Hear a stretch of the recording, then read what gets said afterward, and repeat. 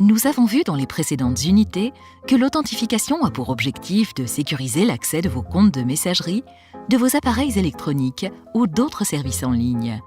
Même s'il existe plusieurs types d'authentification, le mot de passe reste aujourd'hui le moyen le plus répandu, mais il a ses limites. Compromission, divulgation ou encore risque d'oubli. Il est plus que jamais nécessaire de construire avec soin des mots de passe forts, c'est-à-dire suffisamment longs et imprédictibles. Ces mots de passe peuvent être nombreux. Il est nécessaire de les mémoriser, sans pour autant qu'ils aient de lien avec le service utilisé ou avec votre vie privée. De plus, une fois créés, ces mots de passe doivent rester secrets, c'est-à-dire qu'ils ne doivent en aucun cas être diffusés à une tierce personne, de quelque manière que ce soit, écrite ou orale.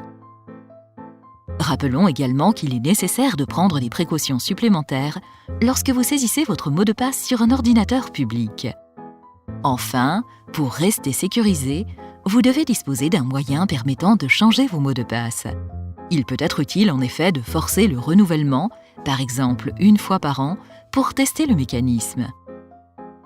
En effet, les cyberattaques ne sont pas rares et comme de nombreux sites ne protègent pas suffisamment leurs bases de données, ils sont donc plus vulnérables au risque de divulgation. Notez que ce type d'attaque tarde souvent à être révélé dans un temps suffisamment court pour que vous puissiez protéger votre mot de passe. Il est donc essentiel de pouvoir changer les mots de passe en cas de compromission. Mais comment mémoriser cette multitude de mots de passe qui évoluent constamment sans les écrire ou les enregistrer? Dans cette unité, vous découvrirez comment gérer vos nombreux mots de passe et comment les protéger de leurs éventuelles divulgations.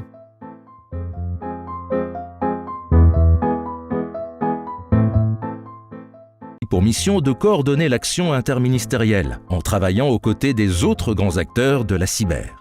Elle coordonne ainsi des acteurs de cyberdéfense comme le Centre d'analyse en lutte informatique défensive ou encore la Direction générale de l'armement maîtrise de l'information qui assure entre autres l'expertise technique auprès du ministère de la Défense en matière de cyberdéfense. L'ANSSI coordonne également des experts en cybercriminalité comme la Direction générale de la sécurité intérieure ou l'Office central de lutte contre la cybercriminalité liée aux technologies de l'information et de la communication, celle-ci appartenant à la Direction centrale de la police judiciaire. Il existe également d'autres acteurs locaux qui complètent ce réseau.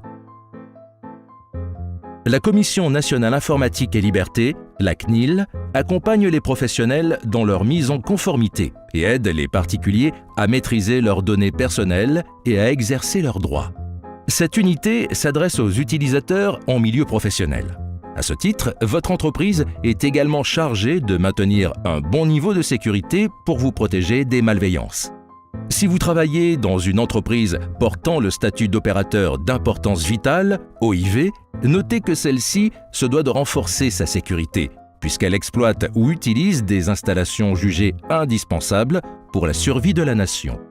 D'autres experts peuvent également vous aider à maintenir cette sécurité, comme des experts judiciaires, des acteurs du domaine de la sensibilisation en sécurité des systèmes d'information ou des associations. Enfin, vous pouvez vous faire accompagner par des sociétés éditrices de produits de sécurité qui vous proposent des logiciels ou du matériel, comme par exemple des pare-feux ou des antivirus.